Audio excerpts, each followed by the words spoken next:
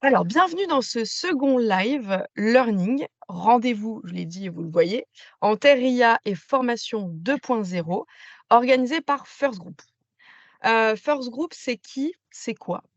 Pour ceux qui nous découvrent, nous sommes un cabinet de conseil et formation et agence également de consultants qui intervient sur l'ensemble des métiers d'une organisation et notamment un métier central et indispensable, c'est le métier des RH et le métier learning. Aujourd'hui, on a décidé et on s'est challengé sur un rendez-vous 2.0, durant lequel on tâchera de vous projeter comment l'IA nous accompagne dans nos métiers learning et impacte la formation. Donc on avait fait, je ne sais pas si certains avaient fait le premier live round one en juin dernier. Et là, on s'est dit, il faut qu'on aille plus loin, qu'on aille challenger l'IA et la formation au travers d'un cas concret qui est de comment réaliser une formation de A à Z à l'aide des IA génératives, donc de la conception jusqu'à son évaluation. J'en dis pas plus, suspense. Voilà, on sait que l'intelligence artificielle, elle est partout. Et les IA génératives, elles ont envahi notre quotidien formation. J'imagine que beaucoup d'entre vous l'utilisent déjà. Beaucoup en parlent, mais peu le font. Donc on s'est dit, pourquoi pas le faire? Pourquoi pas le tenter? Et c'est le défi qu'on s'est lancé là, First Group, pour ce début d'année au travers de ce live, en compagnie de mes compères Lauriane, Vincent et Léa, qui vont nous accompagner C'est tout au long. Maxime. C'est Maxime plutôt plutôt, pas aujourd'hui, hein. Vincent, le pauvre. Pardon Maxime, mais oui, je C'est pas passe de grave. réunion. Maxime, bien évidemment, en plus, tu es au cœur du sujet tout de même. Donc voilà, je suis ravie et on est ravis de vous projeter ce deuxième rendez-vous en Terre IA et formation. Je laisse donc la parole à ma compère Lauriane. Ma compère. Si les slides sont passés, Bien c'est bon, je évidemment, pourrais y en aller. fait, avant de vous lancer le cas concret, c'est important quand même que vous ayez un petit peu plus d'infos en amont. Oui, oui, oui. Alors, je vais vous décliner le sommaire quand même très rapidement et brièvement. C'est qu'on va quand même passer un petit temps sur vous introduire ce que sont les IA génératives. Donc, on va quand même vous donner quelques définitions.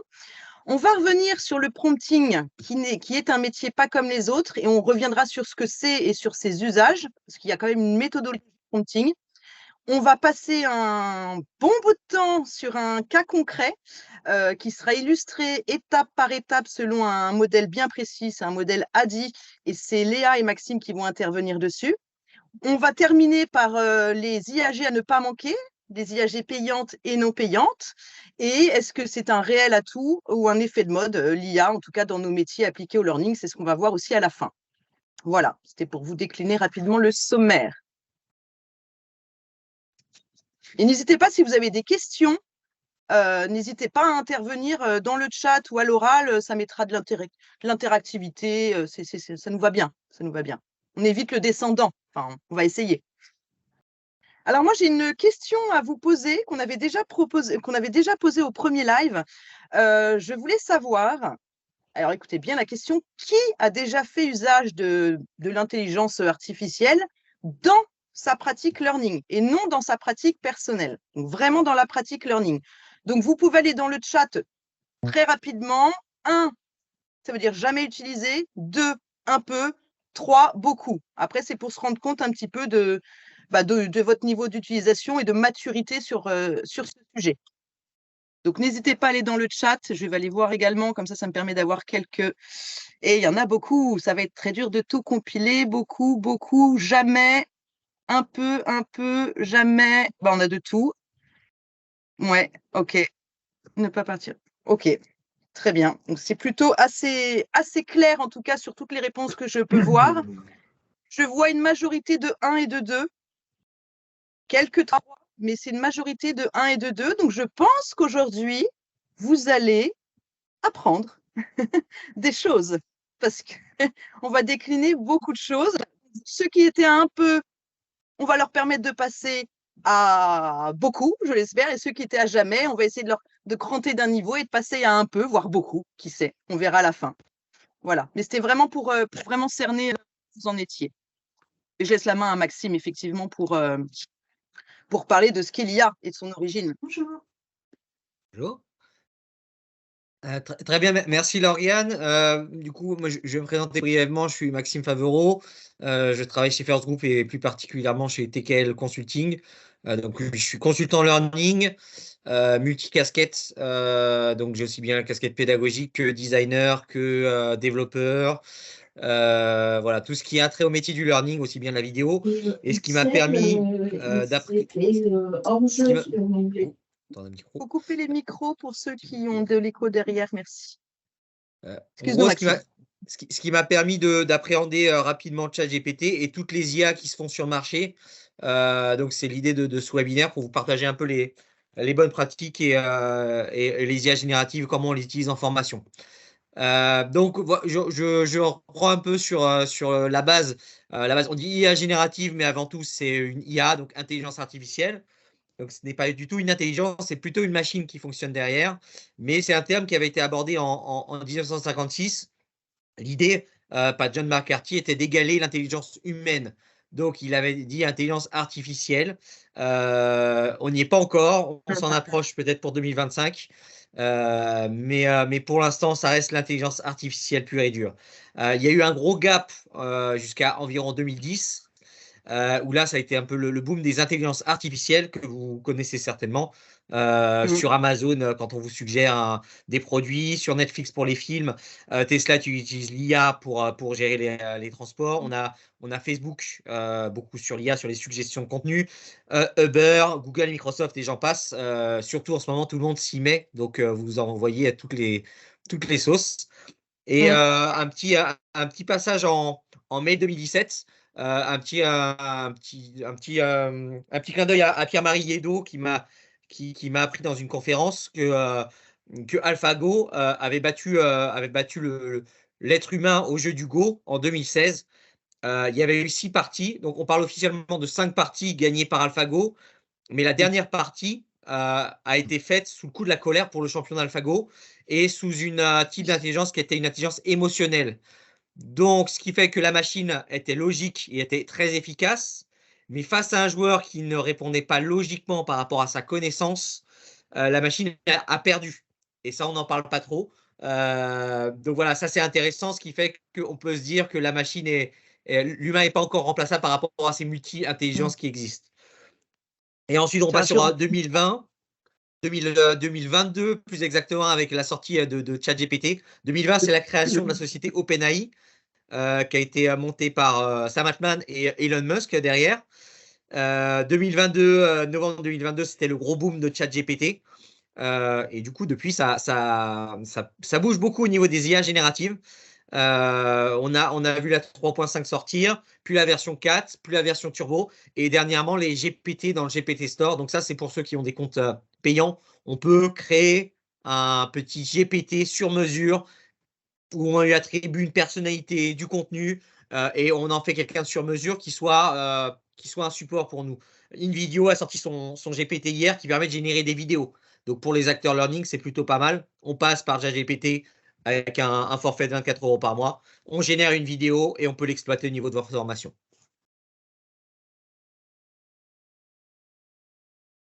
Donc on reprend un peu la base avant de parler d'IA générative. On demande, je vais vous demander du coup à mon IA générative préférée, qu'est-ce que c'était l'IA, l'intelligence artificielle. Donc je l'ai demandé en 2023. C'était une technologie qui permettait aux machines de penser, d'apprendre comme les êtres humains. Elle utilise des programmes et des algorithmes spéciaux pour comprendre des informations, résoudre des problèmes et prendre des décisions. Je lui ai redemandé il y a 3 semaines. Je vais vous inviter à faire le test.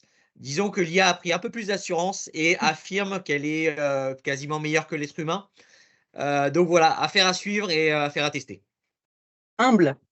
Voilà, très humble en ce moment, ChatGPT. Je pense qu'il a appris beaucoup trop du genre humain et il développe des ressentis qui ne sont pas forcément bénéfiques. Sans émotion. Il n'a pas l'émotion. Sans émotion et très bon a priori. Il est très bon. Donc bien sûr, on parle d'intelligence artificielle et mon sujet, c'est plus l'intelligence artificielle générative. Donc je vais souvent la nommer IAG pour aller plus vite. Mais toujours en demandant à ChatGPT, c'était un domaine de l'intelligence artificielle qui se concentre sur la création de contenu original et créatif. Original et créatif, tout dépendra de vous et de votre prompt, ce qu'on verra avec Lauriane tout à l'heure. Mais ça peut être des images, de la musique, du texte, des vidéos, tout ce qui est contenu. On va beaucoup parler de ChatGPT parce que ça nous vient du contenu texte, mais l'idée c'est qu'ils produisent automatiquement du contenu nouveau et innovant. Donc c'est des œuvres originales qui peuvent être utilisées dans divers domaines créatifs tels que l'art, la musique et ainsi de suite. Donc c'est vraiment, voilà, vraiment quelque chose qui change un peu la donne. Et je vous dépeins un peu quelques types d'IA. Bien sûr, il y en a beaucoup, beaucoup, beaucoup. Mais en gros, il y a des IA qui sont spécialisées pour les tâches spécifiques. Donc je vous citerai IBM Watson Health, qui est sur la santé. L'IA conversationnelle, la plupart connaissent Siri. Voilà, Hello Siri. L'IA générative qui nous concerne. Bien sûr, quand on parle de contenu, de texte, d'image, voilà, ça nous concerne pour le domaine de l'information. Et les IA générales AGI, après mes recherches, on parle beaucoup d'AlphaGo, racheté par, enfin voilà, c'est AlphaGo. Derrière, il y a la société DeepMind qui a été rachetée en 2017 par Google, je crois. Donc voilà, c'est de l'IA générale. Et de l'AGI, on parle aussi de l'IA qui est créée par Sam Altman, qui est Q, qui devrait arriver dans les prochaines années, qui est assez impressionnante de ce qu'on dit. Voilà, avant de continuer, un slide que j'avais déjà projeté au dernier webinaire, qui sont les prouesses de l'IA générative. C'est des prouesses qui ont existé, qui sont encore valables, mais on va encore plus loin maintenant. Le concours de médecine a été passé. Là, dernièrement, c'est carrément un comparatif entre un médecin traditionnel que l'on appelle au téléphone et une IA qui prend le rôle du médecin et qui fait un diagnostic médical qui est d'aussi bonne qualité avec beaucoup plus d'empathie. Donc, c'est ce qui ressort du sujet. Et il y a aussi l'IA qui assiste la science pour trouver des tumeurs ou autre chose. Donc voilà, au niveau de la médecine, il y a un gros pas en avant et vraiment quelque chose qui est beaucoup plus poussé que le cerveau humain. Donc voilà, ça va beaucoup plus loin en médecine. En examen du barreau, bah voilà, il a réussi à l'examen du barreau. Petite mésaventure, dernièrement, un avocat utilisait l'IA générative et je crois que c'était déjà ChatGPT pour défendre son client. Manque de peau, comme peut-être certains le savent et d'autres le savent depuis un petit moment. L'IA, elle hallucine, ce qui fait qu'elle peut faire des erreurs et du coup, tout était faux dans ce qu'il a présenté au juge et voilà, c'est un peu fait condamner son client. Donc, sujet intéressant. Il peut passer des MBA et des concours d'art. Donc, en 2022, à la Sony World Photography. À droite, vous voyez des images qui ont été générées par, à mon avis, Midjourney, donc qui est l'IA majeure dans la création d'images. Et dernièrement, il y a un concours photo qui a eu lieu. Une personne a présenté une photo de son enfant. Il a été refusé. Les juges pensaient que c'était une IA qui avait généré l'image, alors que c'était une vraie photo. Donc on arrive vraiment à une bordure où les gens ont peur de l'IA et l'IA est aussi compétitive que l'humain. Est-ce que c'est rassurant tout ça? Oui, alors là, ça va être très rapide parce que vous allez voir la méthode du prompting tout le long de cette intervention. Mais c'est important de rappeler ce qu'est le prompting. C'est l'art de nous, de nos personnes, de poser les questions et les bonnes questions à ChatGPT. C'est l'art de converser avec lui. Donc, c'est de se comporter avec lui. C'est la façon dont vous allez lui poser la question qui va préciser en tout cas la qualité de ses réponses. En tout cas, ce qu'il faut savoir, c'est que c'est une étape indispensable quand vous utilisez l'IA. Si vous ne promptez pas bien, vous n'aurez pas de bons résultats. Et finalement, on le sait, on le voit, on le pratique tous les jours. C'est une réelle compétence à avoir, à acquérir, qui n'est pas si simple. Et c'est vraiment une compétence clé aujourd'hui dans les métiers du learning. C'est vraiment pour faire très vite parce que vous allez voir du prompting tout le long du webinaire. Mais voilà, demain, si on veut faire bien, aller vite, il faut savoir qu'il faudra utiliser le prompt, mais jamais, jamais l'outil ne nous remplacera. Pour avoir fait les tests, moi, je trouve qu'on est quand même meilleur que lui. Il apporte du fond, mais nous, on doit avoir la capacité à le confronter, le challenger, à lui reposer des questions, à aller plus loin. Donc, il est sympathique, mais il ne sera pas plus fort que nous. Et Voilà. je rajouterais, Lauriane, par rapport à la phrase d'en dessous. Donc, quand les IA génératives sont arrivées sur le marché, on disait qu'ils allaient tous nous remplacer. Quelques mois plus tard, je dirais début 2023, on disait ben non, mais non, c'est quelqu'un qui utilise l'IA qui va nous remplacer. Et le constat actuel et l'ayant expérimenté, c'est la personne qui utilise plusieurs IA qui peut nous remplacer. Donc, si vos équipes n'ont pas embrassé le virage de l'IA générative, faites-le dans les équipes chez mon client. Voilà, il y a des graphistes. On peut faire beaucoup de choses en design. Donc, l'idée, c'est d'utiliser l'IA, de s'y confronter et de voir les rendus qu'on peut avoir. Sachant que l'IA, c'est une machine. Donc, quand Lauriane dit que voilà, il faut l'indiquer à l'IA comment se comporter, c'est exactement la même chose qu'une feuille blanche. Il faut lui mettre des paramètres, il faut lui mettre des objectifs, un peu comme une feuille blanche et une personne à qui vous voulez parler. Donc, il faut le paramétrer. Il faut lui dire, tu es telle personne, tu fais telle chose, mon objectif, c'est ça, et parler avec lui pour en fait le paramétrer à notre image et obtenir des résultats satisfaisants. Et un détracteur me disait il y a quelques mois que l'IA, le prompting serait mort demain. Je dirais que le prompting était mort pendant un moment, mais on a quand même besoin de prompter. Donc, voilà, le mot est toujours là. C'est juste la manière de faire qui a évolué par rapport aux besoins pour les éditeurs d'IA de se vendre. Si le prompt est trop compliqué, la solution ne se vendra pas. Donc, il simplifie de plus en plus, mais le prompting le reste. C'est une compétence à part entière. Hein. Oui, j'en parlerai tout à l'heure. C'est vraiment un gros sujet, le prompting pour les ingénieurs pédagogiques. Oui. Et du coup, dernière question importante, est-ce que vous avez déjà pratiqué le prompting vraiment dans vos pratiques learning? C'est simple, dans le chat, c'est oui, non, c'est pour avoir une grande tendance. Si vous me dites tous oui, bon, on ira plus vite sur, sur le déroulé du cas. Alors, j'ai du oui, oui, oui. Ah, quand même. Hey, j'ai plus de oui que… Oui. Je regarde. Oui. Ouais. Oui, non, j'ai des noms qui arrivent quand même. J'ai des noms, j'ai quand même une majorité de oui. Alors, je vais juste poser une question pour les oui. Est-ce que vous estimez avoir la bonne méthode et faire vraiment des bons prompts? Vous pouvez le dire à l'oral, hein, parce que même moi, j'en fais, je peux vous dire que j'ai beaucoup de mal. Donc, non, voilà, ça me rassure. Non plus, pas vraiment. Ah, voilà. On va servir à quelque chose. Oui, Antoine. Oui, bonjour à tous, merci de me laisser la parole. On a des collègues qui sont à l'ingénierie chez Renault qui animent des ateliers qui se sont basés sur une méthode qu'ils ont trouvée d'un spécialiste en pédagogie qui s'appelle Yvan Demumieux, qui propose une méthode co-draft pour rédiger un prompt de qualité. Et c'est une méthode qui est vraiment efficace. Et c'est ce que disait Maxime tout à l'heure, on doit lui demander d'être, par exemple, un spécialiste en marketing, un spécialiste en pédagogie, d'adopter un ton neutre, un ton empathique. Et c'est très intéressant parce que ça nous oblige, nous, à être clair dans ce qu'on veut. C'est ça, exactement. Et c'est la clé, hein. C'est être clair dans les instructions qu'on lui donne, mais c'est pas si simple d'être clair. C'est vrai. Parce qu'il faut qu'on soit clair dans nos intentions à nous, en fait. Oui, exactement. Exactement. Et d'avoir la bonne méthode aussi. Mais d'ailleurs, Maxime voilà, a aussi… Donc, ça, on va en parler. En gros, on dit prompting et prompt engineer. Personnellement, je n'aime pas me qualifier de prompt engineer ou prompteur, mais finalement, on y arrive petit à petit. Donc, c'est donner un mot à notre manière de faire. Donc, l'idée, c'est ce que je recommande. Donc, là, je vais vous donner une petite checklist et une méthodologie. J'en ai déjà parlé la dernière fois, donc c'est un peu plus affiné. Mais l'idée, c'est que vous essayez. Le prompt n'est qu'un outil pour obtenir un résultat. Je vous donne une checklist, mais vous mettez ce que vous voulez dedans, du moment que le résultat vous convient et correspond à votre objectif personnel. Donc, la petite checklist qui va commencer sur ce prompt qui, du coup, hello, première étape. Je t'invite. Générer plus, c'est une histoire de contenu formation, parce que tu as quand même 2 méthodos pour 2 objectifs différents. Ah oui, petite introduction, on va parler d'abord checklist de prompt contenu formation, donc qui est plus sur du contenu de texte.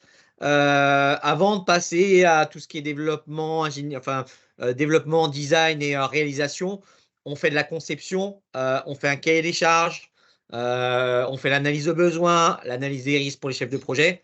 Tout ça, c'est du contenu texte. Donc, c'est beaucoup ChatGPT que j'utilise.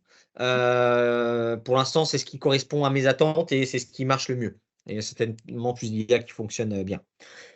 Donc voilà, on va le faire en plusieurs étapes. Donc déjà lui donner un rôle. Donc voilà, je vous ai listé quelques rôles. Agis comme ou prends le rôle de, mets-toi dans la peau de. C'est un peu votre phrase qui déterminera le persona que vous allez gérer. Au début, c'est la feuille blanche, donc on lui dit OK, mets-toi dans la peau d'un concepteur pédagogique. Voilà, il va nous dire, on positionne comme concepteur pédagogique.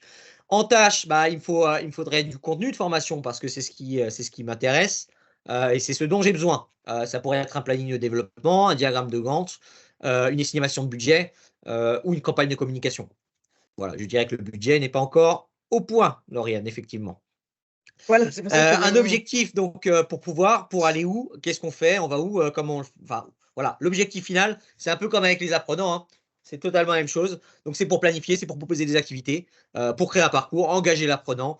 Voilà, c'est à votre bon vouloir pour mettre ce que vous voulez dedans. Donc, on a un rôle, une tâche, un objectif, un contexte. Le contexte, c'est bien de positionner, de donner des informations sur le métier. Donc là votre prompt prend un peu plus de valeur et s'épaissit un peu. Donc, c'est ce qui va vous demander du travail parce que forcément, voilà, ça met beaucoup de contenu. Donc, on a l'impression d'écrire beaucoup pour un résultat qui sera moindre, mais ça vous fera gagner du temps. C'est vraiment contextualisé et ça, vous allez l'apprendre en le faisant. Vous mettez un premier prompt, vous voyez que le résultat est moyen, du coup, il faut rajouter des surcouches. Donc, c'est des surcouches et un système d'entonnoir. Donc, on va beaucoup plus vite. En faisant ça, on met une première phrase, on rajoute du contexte. Donc, l'information sur les métiers, les produits, la cible, l'innovation pédagogique, l'analyse d'une personne, variation d'activité. Donc, voilà, c'est des lignes qui s'ajoutent. Et à la fin, on a un prompt qui peut être très, très long. Donc, après, c'est les étapes. Donc, ça se rajoute encore. Suit ces étapes. C'est une technique de prompting qui est assez bien. Disons que quand on parle à une personne, si on va trop vite, la personne va pas enregistrer tout ou elle va être un peu perdue. Si on lui parle pédagogiquement, doucement, en mettant vraiment, en séparant vraiment son discours, on fait de l'étape par étape. Si j'ai besoin que quelqu'un aille me chercher un objet, je lui dis prends le couloir, va dans le salon, récupère cet objet-là, ramène-le. Je lui propose 4 étapes. C'est du step by step, c'est une technique de prompting qui est raisonne par étape. Prends ton temps, raisonne par étape et fais ce que je te demande. Donc ça, notez-le bien, le step by step est important dans votre prompting. Ça vous permet en plus de valider, vous pouvez mettre des niveaux de validation. Donc tout ce que je lui ai demandé avant, fais-le par étape et as-tu compris chaque étape? Dis-moi oui ou non, on confirme et on peut lancer le travail. Donc ces étapes qui sont proposées un plan, décrit une session, donne-moi du détail, précise les données, ainsi de suite. Et la forme voulue, donc ça peut être du HTML, un article de 10 lignes, un tableau, du code VBA. Donc c'était à l'époque, pendant un moment, il en générait facilement. Après, un peu moins. Et maintenant, on le pousse un peu en promptant, justement, on peut obtenir du code VBA. Pour ceux qui ne savent pas ce que c'est, le code VBA, c'est le code derrière PowerPoint. Donc si on lui demande un code VBA de 10 pages avec du texte, quand vous allez dans PowerPoint, il y a une petite fenêtre de développeur, a priori, sur F11. Vous entrez votre code VBA et vous avez vos 10 pages de générer. Il faut rajouter le design un peu. Mais après, voilà, ça marche bien. Et texte humoristique pour avancer. Donc, on a bien un rôle, une tâche, un objectif, un contexte, des étapes, une forme. Vous n'êtes pas obligé d'utiliser tout, mais ça sera mieux après. Donc, je vous ai fait un petit exemple. Donc, j'ai quelques exemples sous la main. J'ai essayé de respecter un schéma classique. Je pense qu'il n'est pas assez complet puisqu'il est très court. Le résultat sera peut-être moindre. Mais voilà, je lui ai donné un rôle, je lui ai donné une tâche. Donc, il faut qu'il me rédige le plan d'un cahier des charges. Donc, l'idée, c'est dès qu'il me rédige un plan de cahier des charges pour ensuite rédiger le cahier des charges. Un autre mot à noter pour vous, c'est le reverse prompting. C'est comme un magicien, il nous fait un tour de magie. On a le tour de magie, on fait waouh. L'avantage avec la machine, c'est qu'on lui demande comment il a fait. Donc, il va nous dire j'ai fait disparaître cette balle comme ça, comme ça, comme ça. Donc, en lui demandant sa méthode, ça permet d'avoir un cheminement. Donc là, je lui demande un plan de cahier des charges pour avoir un peu des cases à cocher. Donc, d'abord le titre, ensuite l'analyse des besoins, ensuite ça. Et ensuite, je vais lui demander remplis-moi ce cahier des charges sur ce sujet-là. Parce qu'il m'a donné le plan. Après, je peux aller plus loin et dire maintenant, mon sujet est le disque. On va parler du disque ou du confort au travail. Crée-moi le cahier des charges dessus en 30 pages, 40 pages, 50 pages, comme vous voulez. Le contexte est bien énoncé. La forme, je le demande sous Word. Souvent, dans mon prompting, je demande des tableaux parce que le tableau est facilement exploitable, aussi bien en CSV que l'importation et même au niveau de la lecture, c'est beaucoup plus clair parce que ça permet vraiment d'avoir des lignes, des colonnes qui sont claires. Les étapes, bien sûr, on peut lui demander en tant d'étapes de me générer mon document Word. Et l'objectif, c'est répondre aux problématiques terrain. Bien sûr, ça vous les modifier. Ce que tu es en train de dire aussi, là, Maxime, c'est que au-delà d'être intéressant pour les ingénieurs pédagogiques, le digital learning manager, les graphistes, c'est même en étape amont pour l'ingénieur de formation, quand il va voir son expert métier pour retranscrire ce que lui a dit l'expert ou la direction métier, le chat GPT, s'il prompte bien, il est capable de lui sortir un cahier des charges précis pour aller challenger un prestataire ou pour aller challenger une équipe d'ingénierie pédagogique interne. Totalement. Et l'avantage de ChatGPT, c'est qu'il a connaissance de milliards d'humains, milliards de données. Donc voilà, en mars dernier, on a challengé 50 consultants en learning. Alors, on lui a demandé des cas concrets, ce que n'avaient pas forcément les consultants sur un sujet type. Les consultants sur un challenging de 15 minutes, en 5 minutes, ChatGPT a été meilleur. Et c'était le 3.5. Ce n'était pas la version connectée Internet. Donc, il a des références qui sont importantes. Si vous voulez des exemples par rapport à vos clients, vos experts métiers, vous pouvez citer des expériences qui sont bonnes et qui ont été prouvées. Donc, par rapport à une expérience, on a vu les risques, on a vu le besoin, on a vu comment ça avait marché, est-ce que c'était bien, pas bien, retour d'expérience, ainsi de suite. Donc, je vous donne un peu deuxième prompting qui est pour moi important et je ne suis pas forcément le plus expert là-dedans puisque c'est quelque chose que je travaille sur ChatGPT et DALL-E. Donc, c'est un prompt qui est simple, c'est du prompting très simple. Ça, c'est pour générer des images. Le meilleur générateur d'images actuellement est Midjourney.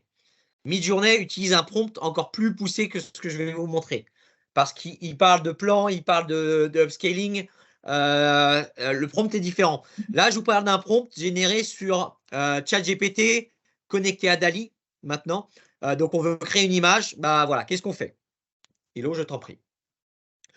Donc, d'abord, le type, donc une photographie, une illustration, un UX design, un portrait, un paysage, voilà, tout ce que vous souhaitez. L'important, c'est d'avoir le bon vocabulaire graphique pour ça. Le sujet, donc qu'est-ce qu'on veut? Un animal, un acteur, un véhicule, un formateur, un apprenant. Voilà, c'est en fonction de ce que vous voulez. Bien sûr, c'est sans limite. Le format 16/9, 1 sur 1, donc format carré, c'est bien pour ceux qui utilisent plus dans la vie perso. Sur le 1 sur 1, c'est format carré. Ou même sur un carrousel, c'est plutôt pas mal sur LinkedIn.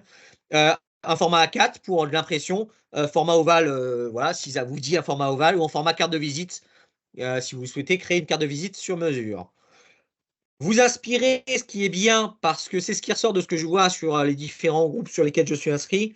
Par exemple, pour créer il y en a beaucoup qui détournent les personnages de Marvel ou d'autres personnages, et du coup, ils utilisent le nom de l'auteur du comics pour créer ce personnage. Donc, moi, je vous ai mis Picasso si on veut une peinture à la manière de Picasso. Je pense que Midjourney génère des belles images à la manière de Picasso. ChatGPT a des restrictions. Si on lui dit fais comme telle personne ou utilise un personnage, il vous refusera de le donner. Cela fait suite au deepfake qu'il y a eu. Maintenant, ils ont mis plus de barrières de sécurité pour nous empêcher de générer le pape en train de boire un verre. On ne peut plus faire ça. Par contre, il va nous proposer un personnage comme le pape. Voilà, il pourra le créer. Donc, le style art nouveau, minimaliste, dynamique, manga, joyeux. Petite astuce, mettez joyeux dans vos images, dans vos prompts d'images. Ça change la donne. C'est vraiment quelque chose qui est intéressant parce qu'on a plus de couleurs, plus de lignes dynamiques et c'est vraiment le game changer que j'ai découvert par hasard. Et ensuite, le plan, donc plan large. Là, c'est du plan plus photographique. Donc, le mieux, c'est d'aller soit de demander à ChatGPT, soit d'aller chercher un peu sur Internet. Plan contre-plongée, gros plan américain, de plein pied. Si vous demandez une image à ChatGPT, vous demandez à un consultant, il va vous générer un consultant coupé au niveau du torse. Mais si vous demandez un consultant avec des chaussures marron, à ce moment-là, il va comprendre qu'il y a des chaussures marron, donc le plan doit être élargi. Et c'est pareil, si vous demandez un consultant avec des chaussures marron dans une bibliothèque très très grande, bah, il va vous faire une image qui est beaucoup plus large parce qu'on parle de bibliothèque, on parle d'arrière-plan. Donc, il va s'y mettre et créer une image un peu plus sympa. J'ai juste une question, moi, Maxime, parce que Oui. j'ai juste essayé d'en faire quelques-unes, hein, bien évidemment, j'essaie d'être exemplaire. Oui. Et moi, j'ai eu la difficulté d'avoir le bon fond que je voulais et je n'arrive pas à mettre de texte. Donc, je lui ai demandé pour nous représenter First Group, je lui ai dit et écrit First Group en fond. Oui. Et ben, il me l'écrit jamais comme il faut. Alors, il fait exprès de faire des fautes. Donc après, on est obligé de les retoucher, c'est chiant. Ouais, on est sur le principe d'hallucination et de d'IA non parfaite. Pour tout ce qui est texte, je vous recommande Idéogramme. Donc c'est pareil, c'est gratuit. Par contre, il y a des personnes qui prennent 2 jours pour générer des images. L'avantage, c'est que vous pouvez utiliser une image, remixer cette image pour la créer à avec votre nom, par exemple. À l'époque de Noël, il y avait des boules de Noël avec un prénom dedans. On utilisait la boule de Noël avec le prénom Léa. On faisait remixer et on mettait le même prompt et on changeait Léa par Maxime. Et là, j'avais une belle boule de Noël avec Maxime marqué dedans. Idéogramme sert beaucoup pour les lettrines pour l'instant. À mon avis, ça va évoluer. C'est encore en train d'apprendre. Et le principe d'hallucination, donc là, comme vous voyez, j'ai pu générer un chat et il génère ça dans une salle de cinéma. Il n'a pas compris mon prompt, donc à ce moment-là, il faut le recommencer. Donc j'ai demandé de générer une affiche de cinéma 4K. Donc 4K est important pour la qualité. Comme ça, vous avez vraiment une image de qualité d'un chat en format 16 neuvième. Donc le format est respecté, le chat est respecté, la teinte est respectée, le style Pixar, ça correspond à peu près. Style minimaliste, on peut dire c'est minimaliste parce qu'il n'y a rien sur cette image, à part une salle de cinéma avec un chat, en plan large. Donc le plan, on peut dire qu'il est respecté. Par contre, il nous a mis un 4K au milieu, 16 neuvième, bah voilà, j'ai mis 16 neuvième, donc il l'a mis. Et ciné 9, c'est une hallucination. Donc c'est ce que tu dis sur les générations de caractères. Bien sûr, en recommençant, on peut avoir un meilleur résultat et continuer à réessayer. La seule chose, c'est qu'une IA marche avec des tokens et une concaténation d'éléments. Donc 1 plus 1 égale 2, 2 plus 1 égale 3, 3 plus 3 égale 6, et ainsi de suite. Sauf que petit à petit, il oublie l'origine. Donc mon prompt d'origine était générer une image. Petit à petit, il va générer d'autres images. Et à la fin, on n'aura peut-être pas de chat, on n'aura peut-être plus de chat. Il aura oublié le chat. Donc l'idée, c'est à chaque fois répéter, répéter, répéter. Vous reprenez le prompt, vous ajoutez des détails. Donc je copie-colle, génère une affiche. Et là, je lui dis, ne mets pas de siège ou rajoute des personnages. Et du coup, vous obtenez une nouvelle version. Et ainsi de suite, vous pouvez avancer.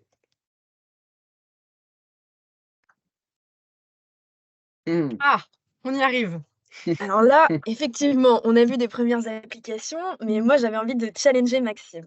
La dernière fois, j'ai challengé dans le dernier live, une création de formation, qui est plutôt mon métier puisque je suis, chef de projet formation. Où on devait, créer un parcours, imaginer, différents modules de formation présentielle. Et là, cette fois-ci, je me suis dit: «Pourquoi pas challenger Maxime sur, un cas concret, mais plutôt de réalisation d'un module e-learning».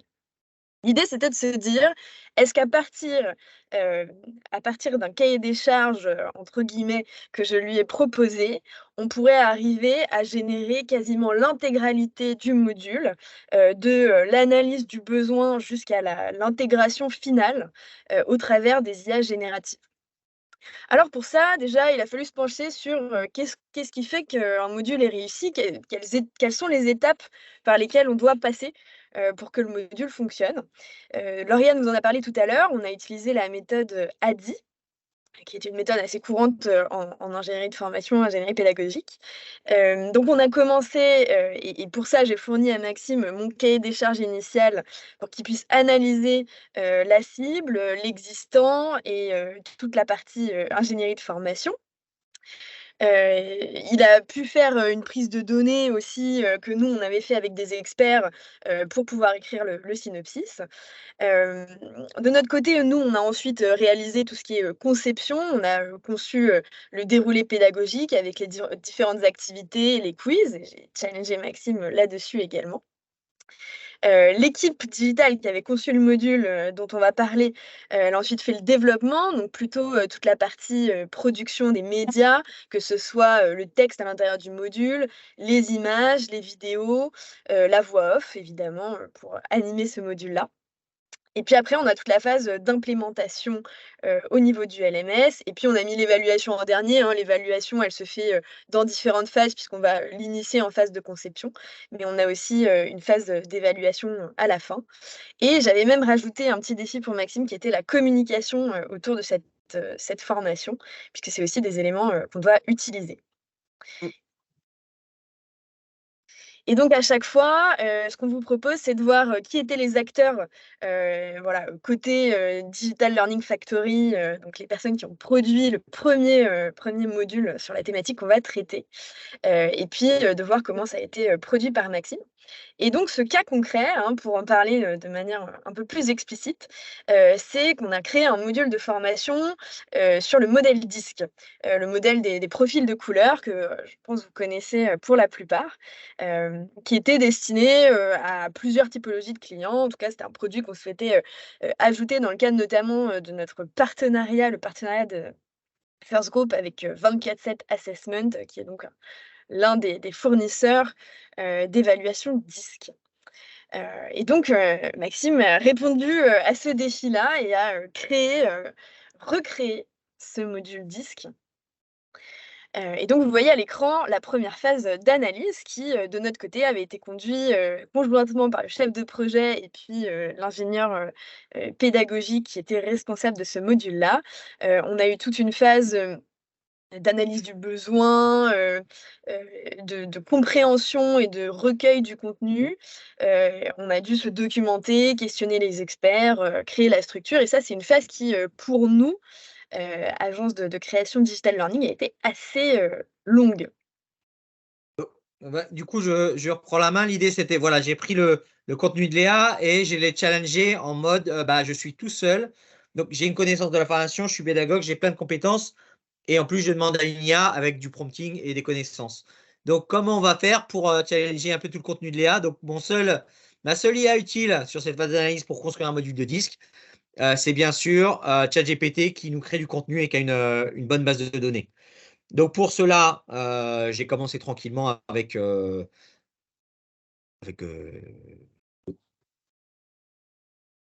premier prompt. un premier prompt qui s'affichera dans quelques instants. Voilà.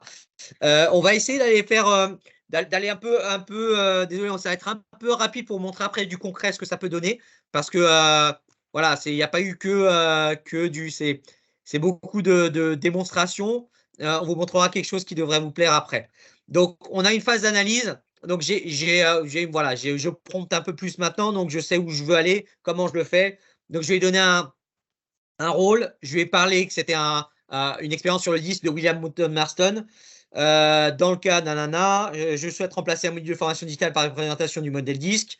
C'est un module qui s'adresse aux personnes qui ont passé le disque ou des personnes curieuses de ce modèle. La durée, c'est 30 minutes pour respecter la demande de Léa. Le module sera intégré sur Storyline parce qu'il faut qu'il prenne en compte les contraintes techniques. Il connaît Storyline, il sait comment ça marche. Le format SCORM, les cibles qui sont les principaux salariés. Et il faut nous proposer plusieurs modalités pédagogiques. Donc, j'ai mis une petite phrase pour valider ce que j'ai écrit. As-tu compris le contexte ou veux-tu plus d'informations? Au résultat, il m'a dit oui. On est parti. Ensuite, du coup, voilà, j'ai besoin de son aide. Forcément, c'est ma petite IA. Il faut qu'elle m'aide, il faut qu'elle me donne les objectifs qui défilent sur votre écran. Objectif du module et objectif pédagogique à destination des apprenants. Le résultat est plutôt pas mal, certainement affiné. Et j'ai fait un double check derrière avec la taxonomie de Bloom pour voir s'il était dans le bon. Donc voilà, il a mis sous forme de tableau avec les activités pédagogiques associées. Attends, c'est toi qui lui as demandé de mettre sous forme de tableau? Tu l'as prompté, ça? Ouais. Oui. Souvent, je lui demande sous forme de tableau. C'est mieux. Ok. Comme ça, c'est très clair. Comme vous avez vu, c'est très clair. On a le tableau, l'objectif, l'activité et ce qui défile. Voilà, sensibilisation, autonomie des apprenants, amélioration des compétences interpersonnelles avec les objectifs qui sont associés. Donc voilà, objectif atteint pour un petit IA qui marche très bien, qui pourra peut-être concurrencer mes chefs de projet. Il y a du souci à se faire.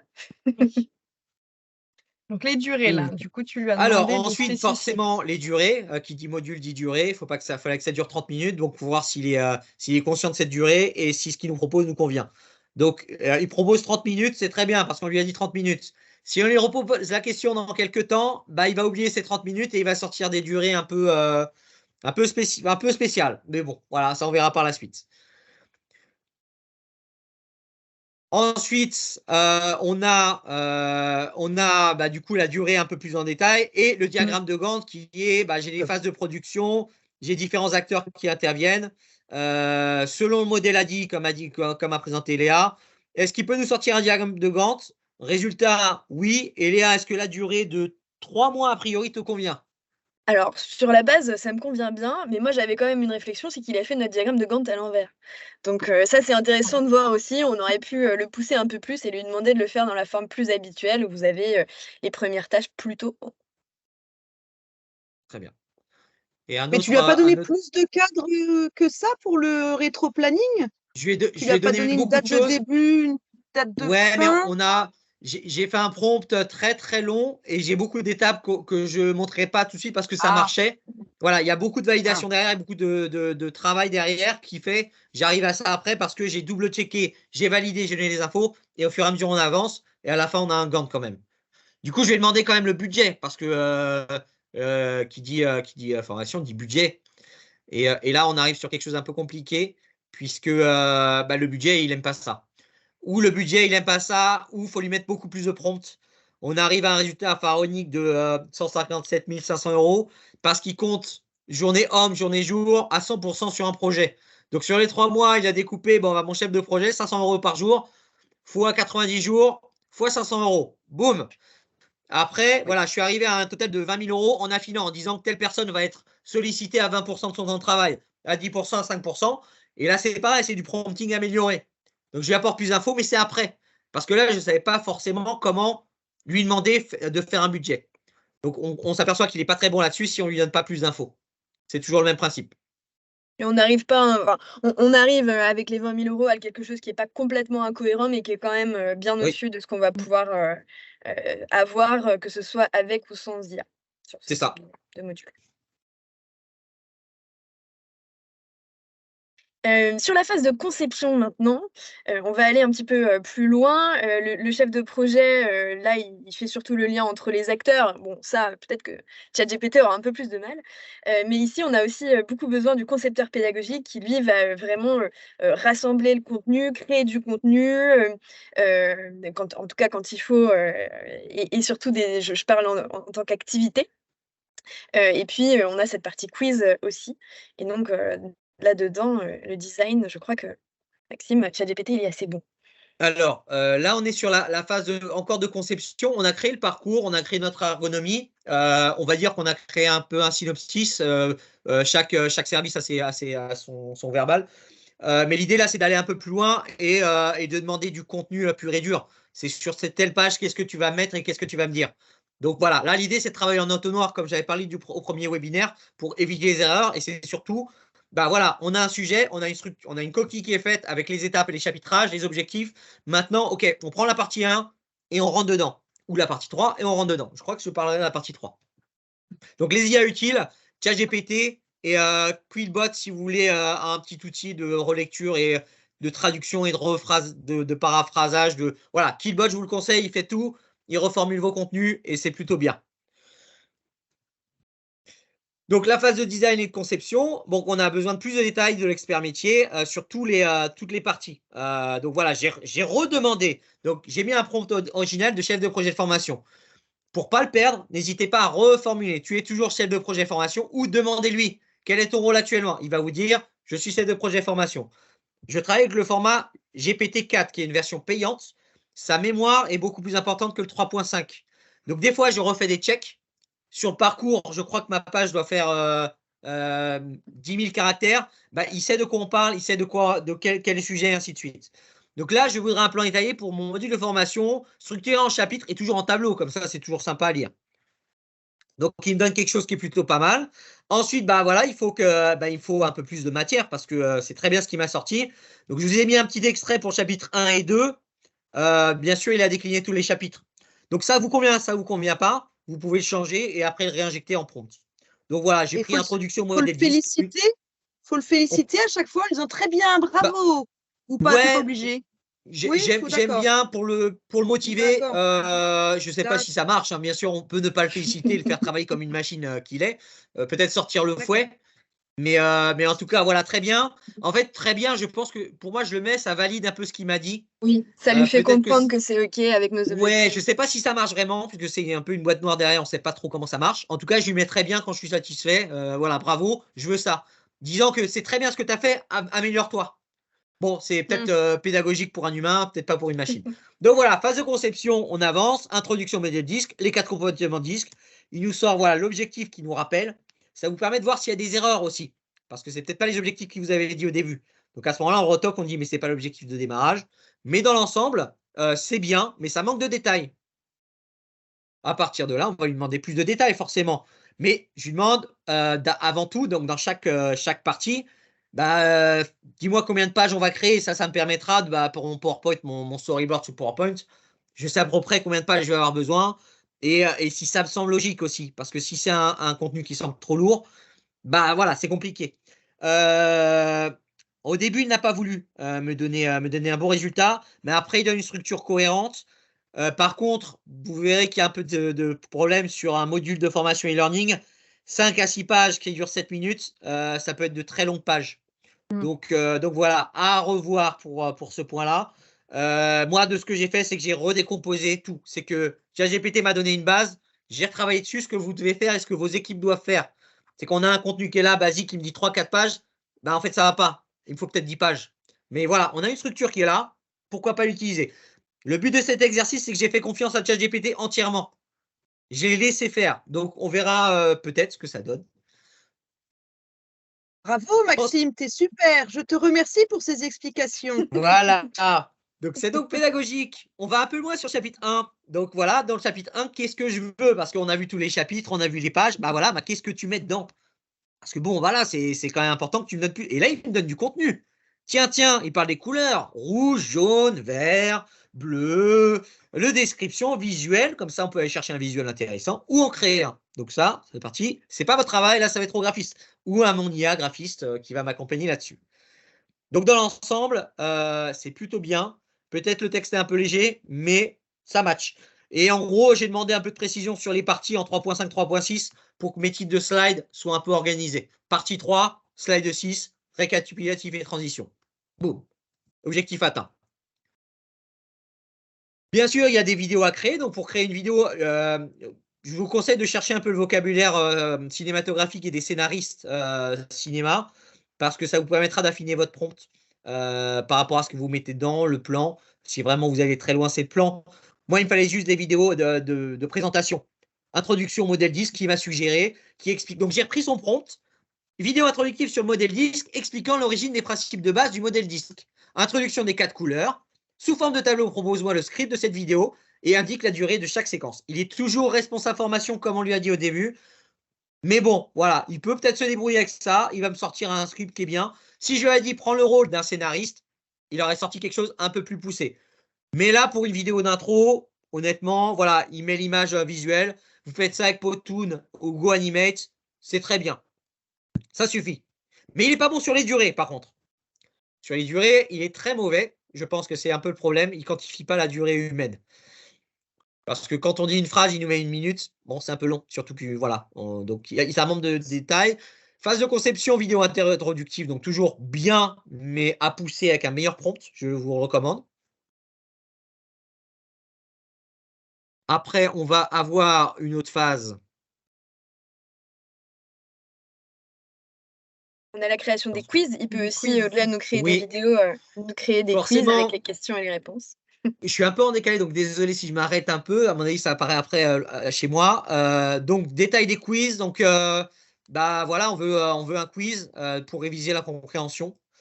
Donc, pour ce quiz basé sur le chapitre 4 sur les 4 couleurs. Parce qu'il m'a proposé un quiz, mais il faut de la matière. L'idée, quand vous créez vos quiz, c'est vraiment d'être bien précis en demandant l'intitulé de la question, lui demander les réponses, les feedbacks et la forme qu'il veut donner. Comme ça, vous êtes très complet sur votre prompt. Moi, il est peut-être un peu léger mon prompt, mais l'idée, c'était de faire des QCM. Donc, il n'y a pas besoin de demander un format particulier. C'est une étape par laquelle on peut passer en demandant quel type d'activité pédagogique tu préfères pour ce quiz-là. Par exemple, sur le disque, il m'a proposé à un moment un jardin des émotions pour illustrer chaque émotion des couleurs. Jardin un peu trop compliqué, on va simplifier, on va trouver une autre solution. Mais voilà, en co-construction toujours, parce qu'il nous sort des résultats. Des fois, il se trompe, des fois, il peut mettre 2 questions identiques. Donc voilà, c'est plutôt bien, mais peut mieux faire. En tout cas, ça fournit quelque chose qui est bien à vos équipes. Ensuite, Léa. On a la phase de développement, évidemment, et là, c'est une phase intense de création de contenu, de médias, de vidéos, d'images, d'animations, de textes. Et ça fait intervenir chez nous, à la fois, le chef de projet, qui va redonner, toutes les infos qu'il a pu, récolter. L'ingénieur pédagogique d'ailleurs l'accompagne souvent dans cette phase-là. Et puis, évidemment, un graphiste et en tout cas, des créateurs de contenu, plutôt multimédia. Voilà, donc moi, mon idée, c'est, t'as fait une équipe, Léa, mais moi, j'ai toujours mon équipe d'IA derrière. Donc, ils sont là pour m'accompagner. ChatGPT qui va pouvoir ChatGPT connecté à DALL-E, ou si vous voulez tester, vous allez sur Bing. Donc, Bing Image Creator, avant, je crois qu'il a été renommé il y a 15 jours par Microsoft. Idéogramme, donc, Lauriane, ça répondra à ta question de lettrine et à ton image. Midjourney, donc ça, c'est pour vos belles images. Très bien, je vous recommande. Abonnement à 8 € par mois, je crois, mais voilà, si vous créez du contenu visuel, c'est très bien. DALL-E toujours. Je vous propose de la traduction avec certainement, il y a beaucoup qui connaissent Agen, donc elle fait un buzz il y a un moment. Mais je vous conseille, si vous avez un téléphone portable, de télécharger LipDub. Donc LipDub, c'est la version, on va dire, gratuite de Agen. Donc vous prenez votre vidéo et ensuite vous laissez la magie faire. Vous pouvez parler anglais, allemand, italien, danois, portugais. Voilà, une vingtaine de langues. C'est gratuit. Je vous laisse tester parce que c'est assez impressionnant. Donc, moi, j'ai découvert LipDub. Donc, ça, c'est quelque chose que je ne vois pas dans les différents influenceurs. Je crois que tout à l'heure, on parlait d'Yvan Demourmieux. Il n'en a pas parlé. C'est quelque chose que j'ai découvert parce que Caption, donc c'est un outil, une application qui permet de générer les sous-titres de vos vidéos, faire du montage vidéo, a acheté la société de LipDub pour la développer. Donc, LipDub, App Store ou Android, vous téléchargez ça et vous découvrez parce que ça vaut le tournant. Donc, j'ai envoyé un petit message en allemand à Vincent il n'y a pas si longtemps, ou un message en italien à des consultants que je connaissais. L'italien a validé et ça reprend votre voix et votre mouvement de bouche. Comme Agen, mais c'est gratuit et c'est rapide. Ensuite, Eleven Lab et Storyline pour la génération de voix off et Blockade pour la génération d'environnement 360 degrés. Si vous voulez créer un parcours d'intégration, bah, vous générez un bureau, vous mettez des éléments avec un graphiste, vous mettez des points clés sous Storyline et tout est bon.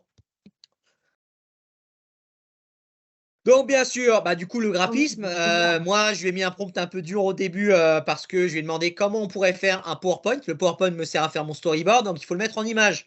À partir de mon PowerPoint, une fois qu'il sera fini, je le mets sur Storyline, je l'importe et tout est fait. Le design est intégré, l'image intégrée, le texte intégré. Donc, on gagne du temps. Là, c'est plus pour vos concepteurs et intégrateurs. Bah, ils ont un bon storyboard bien validé par l'expert avec les bonnes voix off. On envoie sur Storyline, tout est fait. Donc, je lui ai demandé comment on construisait un PowerPoint. Donc, là, c'est du reverse prompting. Qu'est-ce que tu as besoin pour construire ton PowerPoint? Donc, le thème, les couleurs, le style. Et après, je le remplis. Je lui dis, mon thème sera ça, mon style sera ça, ma couleur sera ça, et ainsi de suite.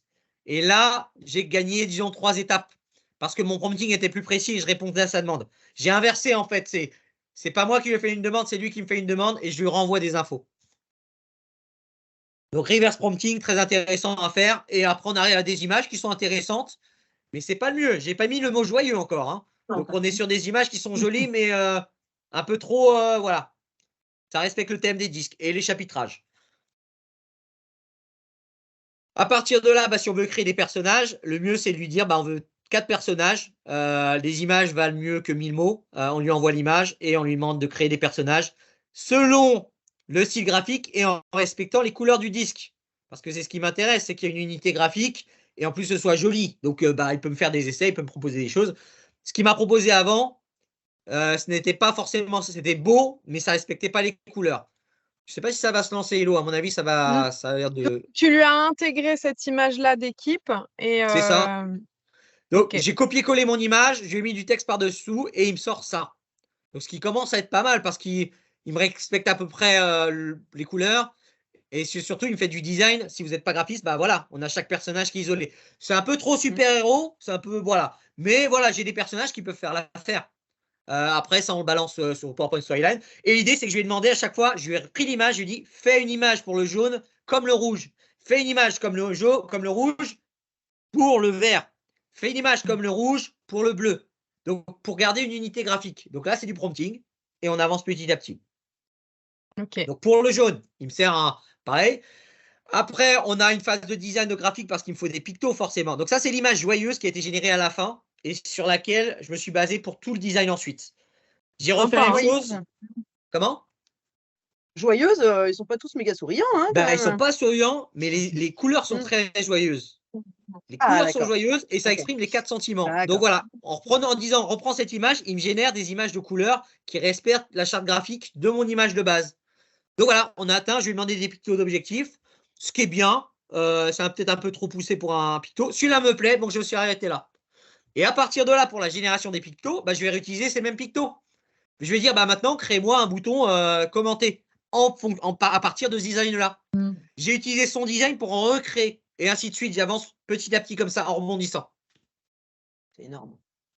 Voilà, donc après on a une phase Léa. Et après, évidemment, on a la phase d'implémentation, où là, on va vraiment intégrer le contenu, les activités, les médias, tout ça dans l'outil auteur, pour ensuite pouvoir l'exporter et l'intégrer sur une plateforme, un LMS la plupart du temps. Bah voilà, et du coup, bah moi, il n'y a pas d'IA qui peut le faire encore, ça. Hein. Ça, c'est encore l'humain qui est là. D'ailleurs, il y a une petite erreur sur Leonardo, création de vignette. Si, pour la création de vignettes, oui, c'est plus l'implémentation. Si vous voulez une petite vignette avec un beau texte, Midjourney, Ideogram, Leonardo, bah voilà, histoire de varier des autres. Mais voilà, l'humain est toujours présent pour l'implémentation. Donc, c'est la partie qui prend du temps. Et c'est la partie humaine où il peut y avoir des erreurs. Et ensuite, bah voilà, Léa, je te Et comme laisse. on disait tout à l'heure, la phase d'évaluation, bon, elle est aussi à d'autres moments, puisqu'évidemment, elle est souvent intégrée, à la fois dans le design, dans le développement et puis même dans la partie d'implémentation.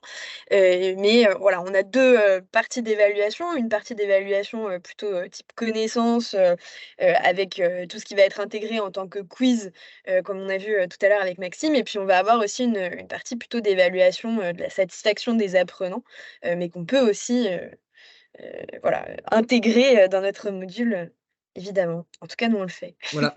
Et du coup, je reprends un peu Léa sur ça. Voilà, j'ai découvert une IA la semaine dernière, donc je l'ai testé rapidement sur un fichier Excel généré par ChatGPT. Du coup, parce que j'avais pas de fichier Excel et comme les données sont confidentielles, je peux pas prendre des personnages existants. Donc, il m'a généré des pages et je l'ai passé dans Julius. Julius, ça permet de parler à votre document Excel. Donc, c'est peut-être tout bête, mais ça fait une petite astuce. Vous envoyez votre document Excel. Sur la droite, vous avez des pictos et vous pouvez générer des diagrammes de statistiques. ChatGPT doit le faire très bien aussi, mais voilà, ça laisse une opportunité supplémentaire. Et voilà, un petit aperçu sur une évaluation interne du module. Donc, comme vous pouvez voir, il y a des personnages qu'on a peut-être vus précédemment, qui sont les personnages de couleur qu'on a générés avec ChatGPT, le design aussi, un petit logo pour dire c'est Formia qui vous présente ce super module. Et voilà, donc sous forme de quiz. Donc, c'est une auto-évaluation et une réflexion qui dure 4 minutes. Donc, c'est rapide. Donc, là, je lui dis, c'est rapide, il faut que ça aille vite. Donc, dedans, il faut que tu présentes les méthodes d'auto-évaluation. Donc, on lui donne un objectif pour identifier son propre style disque et mettre en avant l'importance de la réflexion personnelle. Parce qu'on a un chapitre qui est sur la réflexion personnelle. Donc, il faut qu'il s'auto-évalue et qu'il donne sa couleur. C'est intéressant pour se dire, bah ouais, toi, t'es bleu, toi, t'es rouge, toi, t'es vert. Mais pour vous, qui êtes-vous? Le quiz était OK. Donc, l'évaluation est plutôt pas mal. Ce qui peut être sympa aussi là, de ce que vous avez projeté, parce que c'est un gros travail, c'est peut-être de voir un peu l'envers du décor, parce que derrière, c'est ça la surprise, Maxime, Oui. c'est quand même qu'il y a un module qui a été vraiment construit à l'aide de l'IA et de tes compétences Voilà. en tant que prompteur. On va peut-être pas les spoiler tout de suite, je te laisserai faire après, Elodie. Mais voilà, tout ce que vous avez vu actuellement, donc c'est ça a été vite, donc désolé pour ça. Mais c'est tout un travail qui m'a pris en gros 2 semaines et demie. Une semaine pour générer le contenu texte avec ChatGPT, la logique de l'information, et 1 semaine et demie d'intégration. Donc j'ai créé un vrai module généré par l'intelligence artificielle. Donc je te laisserai la parole après Hello et Léa aussi. Donc c'est un module de A à Z, design par intelligence artificielle, contenu par intelligence artificielle. Mon seul travail, ça a été l'intégration sur Storyline, génération des variables sur Storyline et lien pédagogique. Des fois, il en manque, mais des fois, j'allais voir directement chez GPT. J'ai laissé la main à l'IA pour faire ses données et faire son parcours. Je n'ai aucune intervention là-dessus pour voir ce que ça donnait. Bien sûr, pensez business model, 1 semaine de création de contenu avec un expert et 1 semaine et demie d'intégration. Tu peux revenir en arrière si tu veux. Ok. Non, voilà, si vous vouliez, tu veux peut-être parler des résultats avant d'aller Non, je se pense qu'on balader. peut le passer Ok. directement la main à Léa pour qu'elle présente son module. Effectivement, juste pour parler en un mot du résultat, ici vous avez les présentations graphiques du module qui est existant, en tout cas que nous on avait créé avec toute l'équipe et qui a plutôt mis 2 mois et demi, 3 mois à voir le jour, contrairement à ce que Maxime disait là sur les 2 semaines et demie, et qui a nécessité un ingénieur pédagogique, un chef de projet, un graphiste, etc. Donc voilà, on a eu pas mal d'interventions différentes là où Maxime a produit des choses très belles. Et on voit le résultat, je crois, juste après, Élodie. Alors, petite info, pour spoiler ou pas, en fait, le module de base, je l'ai regardé, mais légèrement. J'ai laissé la main à l'IA pour me proposer un contenu pour ne pas être influencé par un contenu existant. Donc voilà, j'ai créé toutes ces. Bon, après, moi, j'ai le côté graphic designer, donc je sais à peu près faire les mises en page et tout ça. Mais en gros, voilà, mon visuel est fait pour une page de titre en haut à gauche, module disque. Mon plan du module, donc j'ai rajouté des petits carrés pour que ça fasse bien, mais toujours une image générée par l'IA. Un petit quiz des traits distinctifs de chaque profil avec les beaux designs générés par l'IA. Les 4 couleurs du disque où on a nos 4 personnages. Un petit environnement en bas central qui est un environnement 360 degrés intégré dans un module storyline. Donc là, on a les 4 couleurs à interroger et à pratiquer. Et en bas à droite, donc ça, c'est Hello qui l'annoncera ensuite, plus la nouvelle. Une intégration d'un chatbot dans un module de formation e-learning. Donc ça, c'est gros plus de ce module. C'est qu'on peut converser avec William Marston, le créateur du disque. Donc bien sûr, il y a un peu de développement, il y a du cadrage, il y a du prompting. Mais la question que je pose à William Marston correspond à ce que l'IA sait de lui. Donc je l'ai mis dans la peau de William Marston. J'aurais pu le mettre dans la peau d'un chef de projet formation pour lui demander qu'est-ce que tu penses de la formation, quelle méthode tu utilises. Là, je l'ai paramétré sur William Marston. Mais si vous avez un module sur la sécurité au travail, bah, vous mettez quelqu'un qui est expert dedans. Et l'apprenant ne suit plus un module linéaire. Avant de passer au quiz, par exemple, il pose des questions sur ce qu'il veut. Ça veut dire que son apprentissage est personnalisé. Il a une personne personnalisée pour lui-même qui lui apporte des informations, mais par contre non contrôlables. Donc ça, c'est un travail que je fais actuellement pour voir quelles informations sont remontées au LMS, par exemple pour les managers, pour qu'ils puissent contrôler. Mais l'idée, c'est qu'il est autonome dans son apprentissage et il peut aller plus loin. Il n'est pas, il suit bêtement le module qu'on lui a donné et le cours et le plan. C'est que non, je sors de mon plan, je vais demander une question à William Marston. On lui a posé des questions un peu tantillonnes parce c'était une personne qui a été un peu libérale avec sa femme, ils étaient en trouble. J'ai appris, il était avec une maîtresse tout le temps. Je lui ai posé des questions sur cette Wonder Woman et son histoire de couple. Donc j'ai appris qui était sa femme, j'ai appris pourquoi elle avait fait Wonder Woman. Les chaînes étaient symboles de libération féminine, mais un peu le côté sexuel par le fouet. Donc voilà. Voilà, je te laisse continuer, Hello. Rapidement, c'est un tableau que je vous ai mis, un petit Rex pour dire où il était bon, où il n'était pas bon. La structure du parcours, il faut qu'il soit précisé dans le prompt. Budgétisation, il n'est pas très bon, il faut le prompter davantage. Planification, ok. Création de contenu texte, il maîtrise. Génération de vidéos, problème sur les durées, donc soyez bien vigilants. Génération de podcast, il est un peu flou parce qu'il faut vraiment bien le pousser. Et design graphique, le rendu est de qualité. Plus on va loin, plus il est de qualité. Et pour ajouter un petit retour d'expérience en tant que personne qui a pu consulter et puis co-concevoir ce projet disque initial et celui-là, ce qu'on a constaté, c'est qu'il y avait quand même des choses que l'intelligence artificielle faisait qui nous paraissaient très liées à la machine. Et je parle notamment de la manière dont le déroulé se passe. Et au niveau des quiz, on a des choses qui sont très séquencées. On est dans un apprentissage qui va lui aussi suivre cette idée de step by step. On a un moment où on a un quiz sur les différents profils. Il va vous donner des questions sur le rouge, puis sur le jaune, puis sur le vert, puis sur le bleu. Et les questions vont se répéter dans cet ordre-là. Alors ça a un intérêt puisque ça permet un ancrage. On est dans un quiz qui finalement va servir aussi à ancrer des apprentissages. Mais un ingénieur pédagogique sur un quiz peut-être final l'aurait fait différemment puisqu'il aurait pu trouver ça intéressant. Et là, je parle plus avec cette casquette péda, de se dire finalement, on a besoin aussi que les questions soient mélangées pour que l'apprenant ne se retrouve pas juste dans une situation où il a compris la logique de l'outil et il va répondre que c'est jaune parce que c'est la 4e question.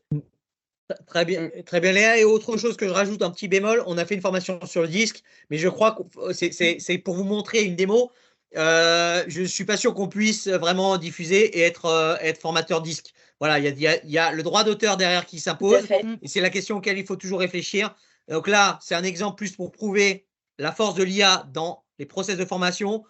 Avec un autre sujet, ce serait idéal, un sujet sur étagère. Après, toutes les données sont récupérées sur Internet. Donc voilà, où est le droit d'auteur? Dernièrement, il s'est avéré qu'il n'y avait pas de droit d'auteur sur les créations de l'IA. Mais bon, affaire à suivre toujours. On demandera au New York Times qui est en procès actuellement. On va en revenir. Maxime, il y a une Oui. question de Maxime pour toi. Ah, Il a dit, je n'ai pas retenu l'outil IA de relecture dont Maxime a parlé, Kbot ou quelque chose comme ça. Killbot, je mets dans le chat.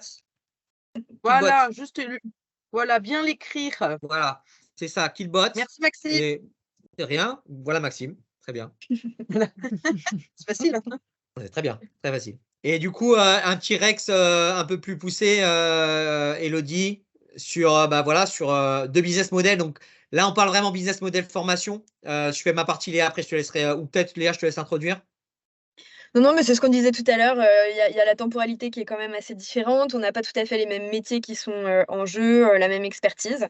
Voilà, on disait en termes de budget, évidemment, quand on a une seule personne qui s'y penche, on a un budget qui peut être optimisé par rapport à ça, même si on était sur un module qui, de base, voilà, était sur un budget médian. Et de base, tu vois, il y a deux experts, mais moi, je rajouterais toute une équipe learning derrière, Oui, s'il n'y a tout pas à de lien. C'est qu'il y a quand même l'équipe de Force Group qui était là, qui a conçu le module. Moi, mon équipe, c'était ChatGPT pour le contenu, pour les images et pour d'autres activités pédagogiques. Il y a d'autres IA qu'on va vous montrer par la suite. Sauf si Léo, tu veux faire le spoil maintenant ou après. Non, alors le spoil, c'était plus de se dire, est-ce que on a un peu de temps pour parcourir le module? Bon, là, c'est ce qu'on disait. La petite surprise, c'est que Maxime, tu as créé de A à Z ce module à l'aide de l'IA au travers du cahier des charges que Léa t'avait partagé. Donc, vous avez tous reçu un mail, notamment avec un accès à ce module-là sous 24 heures. On l'a limité. Je rappelle que ce module-là a été créé dans cet objectif de live aussi. En effet, il y a aussi, on reviendra aussi sur peut-être les bons côtés, les limites aussi de l'IA. Donc voilà, c'est juste parce que l'heure tourne un peu. Oui. N'hésitez pas à aller Bon. regarder après ce live-là, d'aller découvrir ce fameux module. Pourquoi on ne va pas visiter? C'est parce qu'il y a aussi un petit bonus, Maxime. Tu nous as préparé une petite liste aussi d'IA générative au-delà de ChatGPT. Ça peut être intéressant que vous visualisiez aussi cet usage. C'est ça. Je vais essayer de tenir 1 à 2 minutes par IA, comme ça, peut-être qu'on aura le temps de voir le module. Je ne sais pas où on va passer du temps avec les questions. Donc, l'idée, c'est que voilà, j'ai tout mon contenu qui a été créé par ChatGPT. J'ai mes activités pédagogiques. Après, il faut trouver les moyens de les exploiter et de les créer. Donc, Storyline permet de faire des quiz, intégrer les données. Mais, donc, à la base, ChatGPT m'a sorti un parcours classique avec des activités QCM, quiz, ainsi de suite. Moi, j'ai envie d'ajouter des surcouches qui sont possibles grâce aux IA génératives actuellement. Et bien souvent, elles sont gratuites. Ou il y a des versions d'essai. Donc, ça, c'est à vous de voir. Mais souvent, moi, dans ce que j'exploite, par contre, c'était Elodie qui devait en parler. Je suis désolé, Elodie, je vois ton E en haut. Ce que j'exploite, c'est des IA qui sont gratuites pour que tout le monde puisse le tester. Petit bémol, ChatGPT 4.0 est payant. Je vous conseille de prendre l'abonnement parce que là, c'est vraiment fou ce qui se passe, dont le GPT Store parce que il y a tout dedans. Je suis allé voir un peu hier, c'est assez impressionnant. Je vous mets quelques IA génératives. Donc, ChatGPT, c'est ce que j'ai utilisé pour ce module. Runway vous permettra d'animer vos photos statiques. Donc ça, si vous êtes un peu familier des IA qui sortent, Runway, c'est un peu un game changer, surtout avec les mises à jour. C'est-à-dire que vous avez une photo statique d'un chat. Mon chat de tout à l'heure, vous gommez la tête et vous mettez un mouvement de haut en bas. Et le chat va faire naturellement de haut en bas un mouvement de tête. Donc ça, c'est très fort. Piggy, donc vous avez dû recevoir dans le mail de ce matin l'accès à un quiz mobile pour préparer l'apprenant à suivre ce module. Donc, c'est dans une petite de communication et de marketing de l'information. Piggy, ça sert de créer des quiz mobiles. Donc, c'est intéressant pour vos apprenants. Vous envoyez ça. Il peut le faire. On le verra après. Je vous donnerai le bémol. DALL-E pour les images, Midjourney donc, pour les images aussi, Microsoft Idem. Bing, idem pour les images, Blue Willow ou Leonardo. Blue Willow a été racheté il n'y a pas longtemps par LimeWire, donc il est peut-être moins dispo. Mais voilà, on a vu Et- Ideogram et on a vu T'as pas Leonardo. dit juste, Maxime, ChatGPT 4.0, c'est payant, parce qu'on a payant. eu aussi après des problématiques avec des clients après qui se formaient. Runway et Piggy, c'est payant ou gratuit? C'est gratuit. C'est gratuit. Tout est gratuit ok. Et après. c'est Midjourney aussi, c'est gratuit? Tout est- Midjourney, non, c'est c'est payant. 8 € ça. Ah, voilà. Ça, c'est payant. C'est payant. Ok. C'est pour ça que j'utilise pas beaucoup parce que j'ai déjà 24 € à payer avec ChatGPT, ce qui est une petite dépense. Par rapport à la création d'images, si j'étais graphiste, peut-être que ça me servirait. Dans mon process métier, voilà, une image c'est une image, on peut s'en sortir. Ensuite, on a Beethoven pour créer des musiques d'ambiance. Il y a une limite de création dedans. On a un temps de création de 10 minutes de création de vidéos de musique. Vinnoz pour créer vos vidéos avec avatar qui discute, c'est gratuit. Donc, on avait prévu avec Elodie de vous la faire commencer par un avatar parlant avec un texte. Pour raison technique, parce que ça passe pas forcément par Teams, c'est pas bon au niveau, ça bug. Mais voilà, je vous invite à tester. Vous insérez votre photo, vous mettez votre texte généré par l'IA, donc une voix générée par l'IA, qui est un peu synthétique, mais vous le verrez dans le module. LipDub pour vos traductions labiales. Podcastle, vous avez dû recevoir dans le mail de ce matin l'accès au premier podcast. Donc, ChatGPT me suggérait 4 podcasts avec 4 experts invités. Dans Podcastle, je fais intervenir mon invité William Marston pour parler un peu du disque. Donc, j'ai parlé avec William Marston, je l'ai personnalisé, je veux parler avec lui. Donc, ChatGPT m'a fourni le contenu texte, je l'ai intégré, j'ai généré la voix off avec Podcastle, j'ai créé mes bandes son, j'ai déplacé mes musiques, et à la fin, on obtient un petit podcast avec une chaîne de podcast, bien sûr.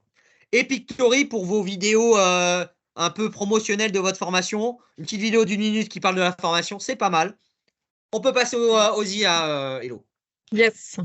Donc, un petit récapitulatif. Donc, la conception ChatGPT, traduction LipDub, vidéo Vinnoz, podcast pour diffuser Podcastle. Ça prend 10 minutes à faire un podcast, c'est magique.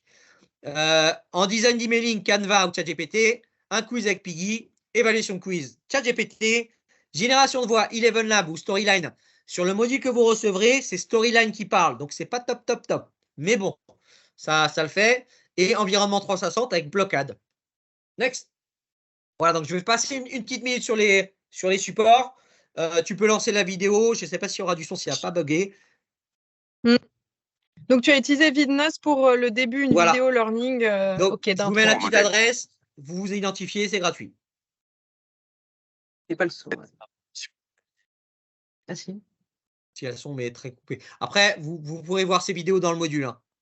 Tu peux. Donc, William Marston est en train de parler, donc il a pris la parole et il discute. Voilà, je suis William Marston, je vous présente de tout.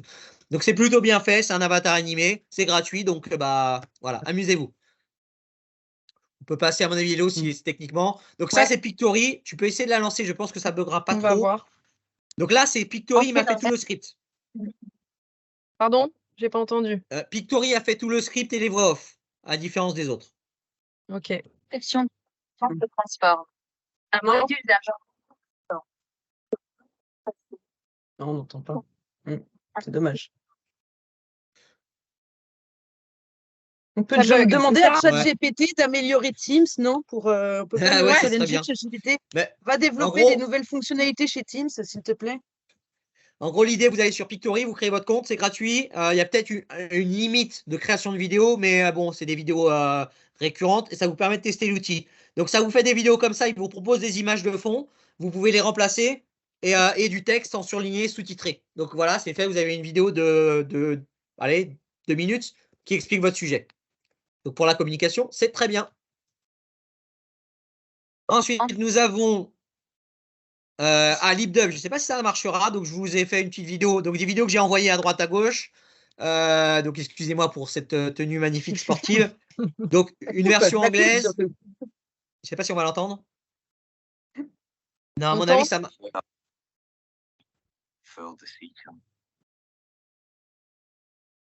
On entend très légèrement Hello, je pense que c'est la connexion. Donc en gros, j'ai mis une version anglaise, allemande et espagnole. Et c'est avec ma voix. Donc, C'est assez bluffant. Enfin, moi qui les ai entendus, c'est vraiment ta voix Même l'anglais, je dirais qu'on est plutôt du côté Scotland, tu vois. Oui. On est Là, sur des. L'anglais, c'est vocabulaire pirate que j'ai utilisé, donc on est sur du Scotland et des trucs un peu durs. Voilà, donc il est un peu rude son anglais, mais ça fait le travail. Vous pouvez mettre de l'anglais traditionnel. C'est à votre bon vouloir. Donc voilà, je me suis pris en vidéo, ça m'a pris 2 minutes. Il faut que la vidéo fasse 15 secondes, il faut vous prendre de pleine tête. Et après, les voix sont générées en fonction de votre propre voix. Par contre, si vous passez votre main devant votre bouche, bah, en fait, la bouche sera devant votre main. Donc, le mieux, c'est de discuter face caméra et ça le fait. J'ai juste une petite question, Maxime, de Oui. manipulation. Moi qui ne parle pas du tout anglais, Oui, est-ce que par exemple, une soutenance client, est-ce que je peux mettre ça et en fait mettre dans le chat mes réponses et mon avatar, enfin moi, là, j'arrive à parler en anglais en réponse en live à mon client ou pas? non, on n'est pas sur du Non. live. Le live se On va fait pas petit à tricher, petit, hein. mais c'est trop compliqué. Il faut un gros processeur en plus pour ça. C'est un peu les Ouais. limites de l'IA. Par exemple, Stable Diffusion propose une version sur son PC pour créer des images. Mon PC marche pas du tout avec Stable Diffusion. Pourtant, ça n'a pas un mauvais PC, mais c'est suffisant. Donc voilà. D'accord. Et Donc en non, même le temps, live, c'est très bientôt par contre. intéressant et puissant, par contre, pour les formations, parce que quand Oui. on doit dupliquer sur je ne sais pas combien de langues, après, le test, quand même, derrière ça, il y a eu des tests, c'est assuré au niveau de, tu vois, du contenu.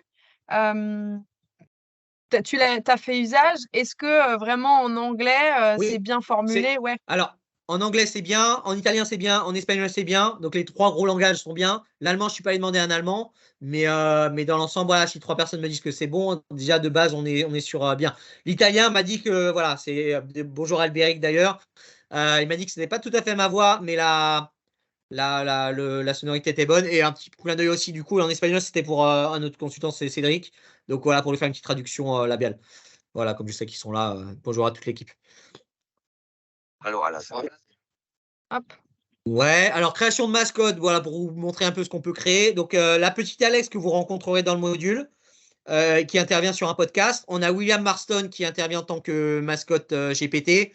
Une version un peu plus vieille et colorée. Et à droite, Wonder Woman, parce que forcément, bah, vous verrez que William Marston est créateur de Wonder Woman, mais il le dit dans le podcast. Donc, c'est qu'un sujet en plus. Mais voilà, il n'a pas pu me générer une Wonder Woman. Il m'a créé un personnage qui ressemble à Wonder Woman, ce qui est pas trop mal. Donc ça, c'est avec ChatGPT. Le fameux Ensuite, podcast. le fameux podcast, donc ChatGPT m'a dit 4 podcasts. Un podcast à lancer le jour du lancement du module. Et après 4 podcasts avec des personnalités un peu reconnues. Donc on a Daniel Goleman, donc je ne connaissais pas, je le découvre aussi. Suzanne Kane. Et on a Simon Sinek. Disons que Goleman a été remplacé par ma petite Alex, qui est une experte en communication et qui intervient sur le module pour vous présenter l'intelligence émotionnelle. Et après, on a le petit classique Piggy. Donc, j'ai créé un quiz. C'est très simple. On va sur Piggy, le site mobile. On rentre dans la petite colonne, si on veut une story, un quiz ou une summarisation. C'est très simple. On rentre son sujet, on fait go. Il nous génère un quiz. On reçoit par mail. Par contre, pour la modification, c'est sur mobile. C'est le seul bémol. C'est que toutes les images que j'ai modifiées après, je les ai fait via mon mobile. Donc, c'est un peu une technique voilà, après à mettre en place. Limité, Mais ouais. l'idée, c'est ça diffuser sur mobile, donc on reste sur du format mobile avec les bonnes tailles. Voilà, Piggy. Régénération de logo, donc comme vous voyez, idéogramme a généré quelque chose de pas trop mal. Bon, il se trompe encore sur le i. Et Formia, il m'a généré quelque chose qui était pas mal. Donc voilà, dans l'ensemble, on peut créer des beaux logos avec des bonnes chartes graphiques. Ensuite, on a quelque chose, voilà, donc ça c'est une démonstration d'un environnement généré par Blockade. C'est un projet qui a été initié chez MBDA avec Florent Grisoverrier qui voulait un POC qui utilisait l'intelligence artificielle générative.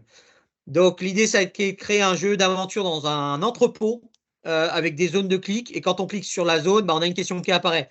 Une fois qu'on a répondu à nos 8 questions, on peut sortir de l'entrepôt enfin parce qu'on a répondu par exemple à besoin de sécurité. Pour se raccompagner, on a une mascotte qui est générée par Bing, qui est un homme de 40 ans, j'avais mis barbu avec les yeux bleus, en gilet de sécurité.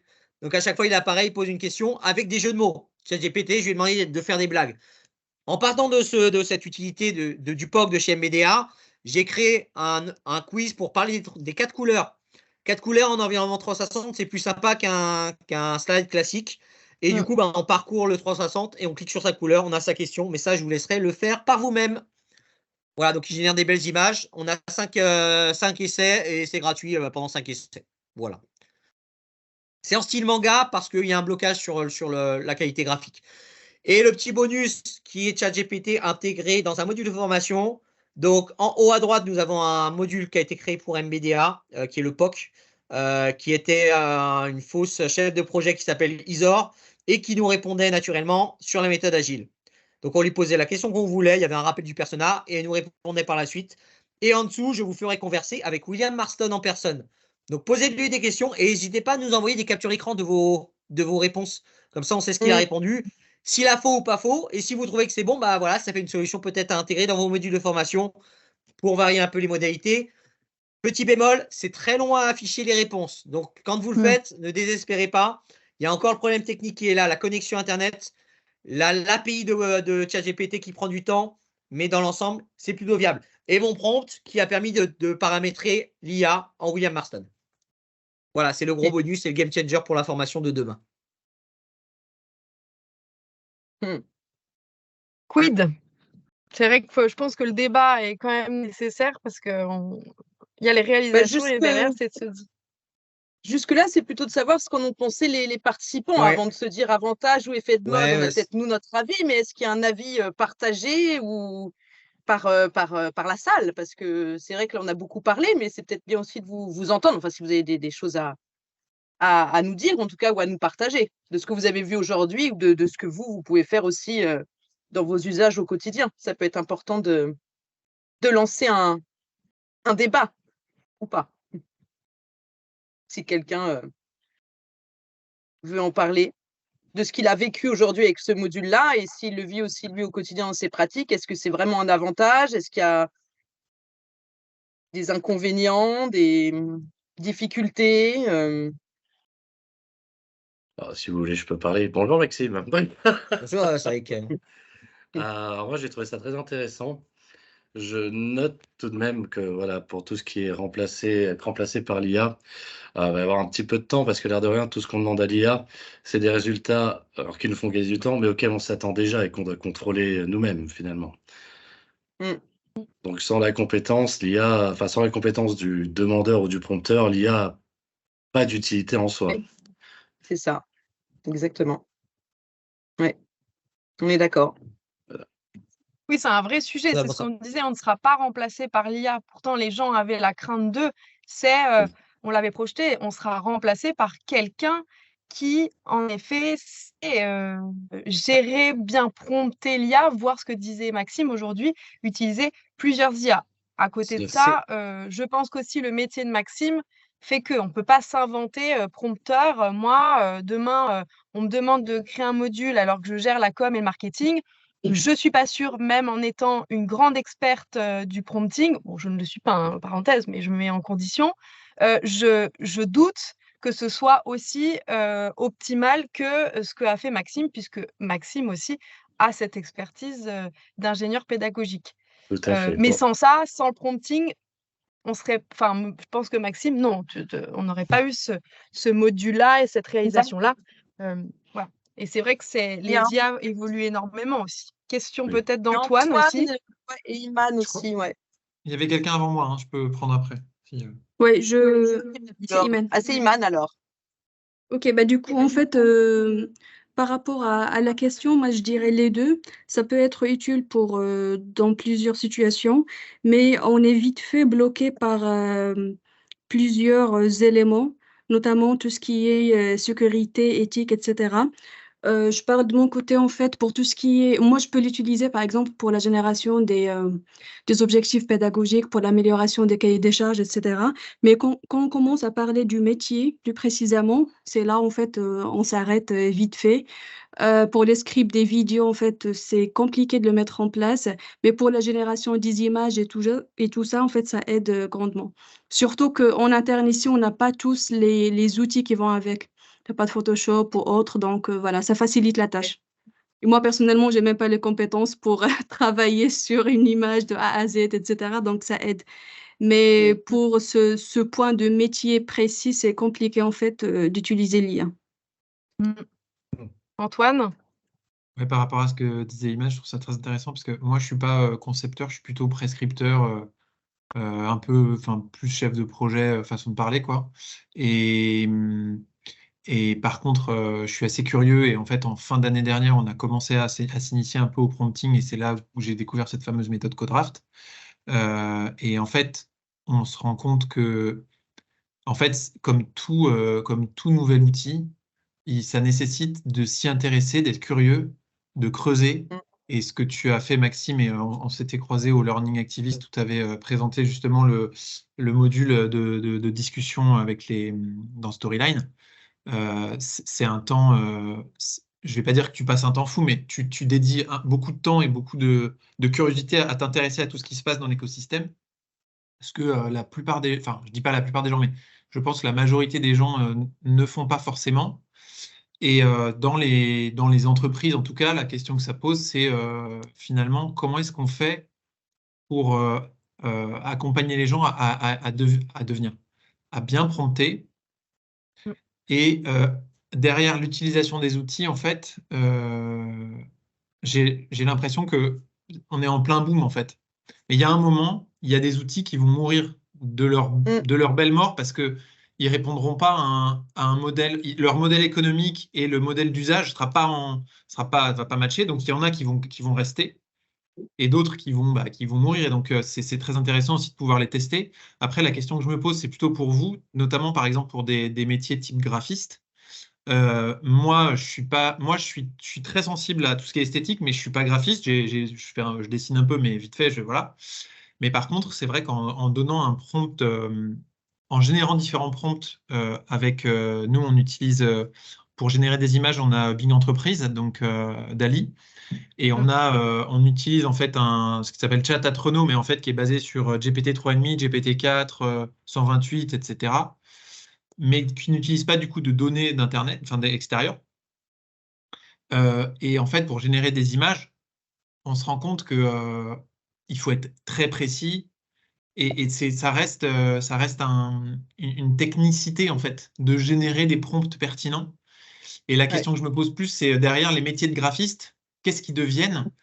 Et au-delà de ça, quand je vous entendais parler, je me disais, tu parlais d'avoir un podcast avec quelqu'un de fictif, quoi. On est vraiment rentré dans l'ère de la post-vérité, quoi. Où en fait, tu pourrais faire un podcast avec Mozart pour lui demander raconte-moi la création de la flûte enchantée, quoi. C'est ça, totalement ça. Et donc après, ça, on peut même fou, on peut intégrer Mozart pour échanger avec lui aussi. Comment il a fait sa flûte enchantée.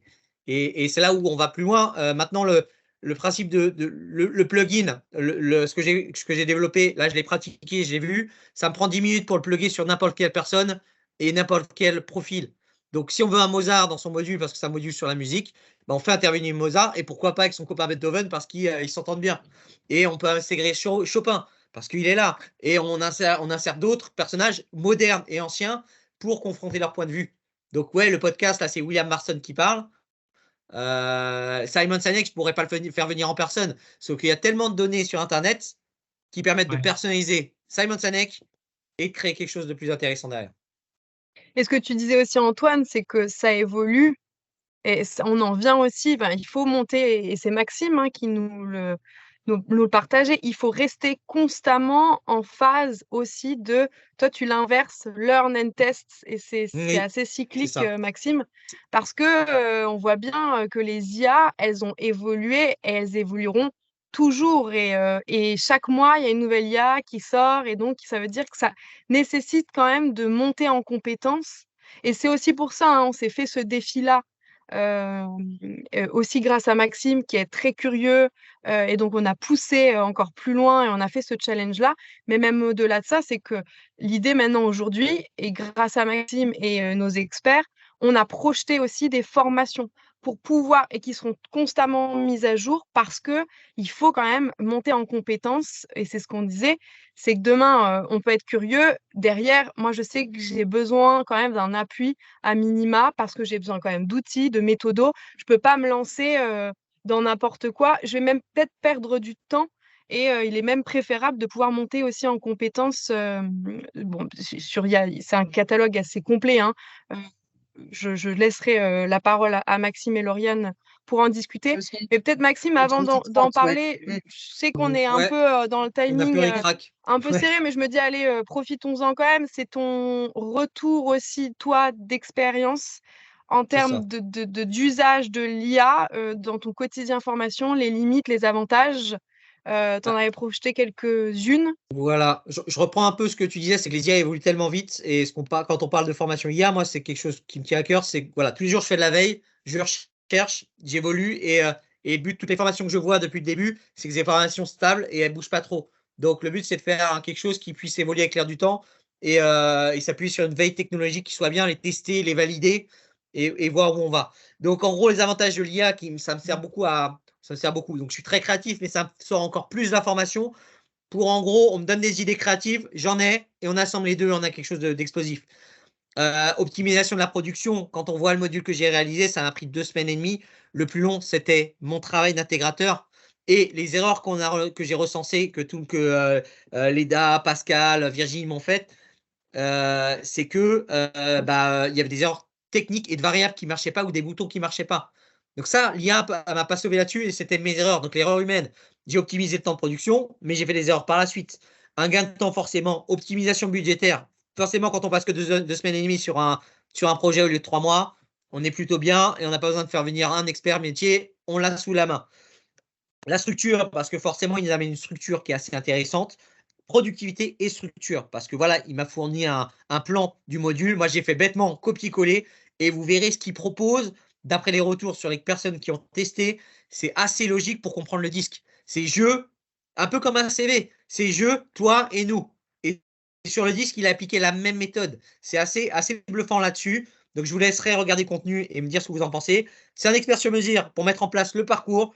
Innovation équipe de professionnels disponible à 24 heures sur 24. Donc, j'ai fait ça pendant une semaine. J'ai bien bossé toute la journée, mais il était dispo à 23 heures, mon expert métier. Il était dispo quand je voulais. Donc, et des nouveaux types d'activités pédagogiques qui peuvent être intéressantes avec les IA génératives. Donc, il varie un peu les modalités.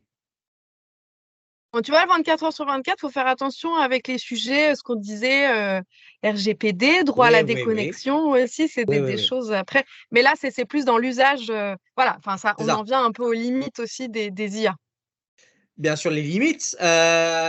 Donc, incapable de comprendre le sens des mots et des questions posées ou de répondre à ses propres réponses. Des fois, il bug.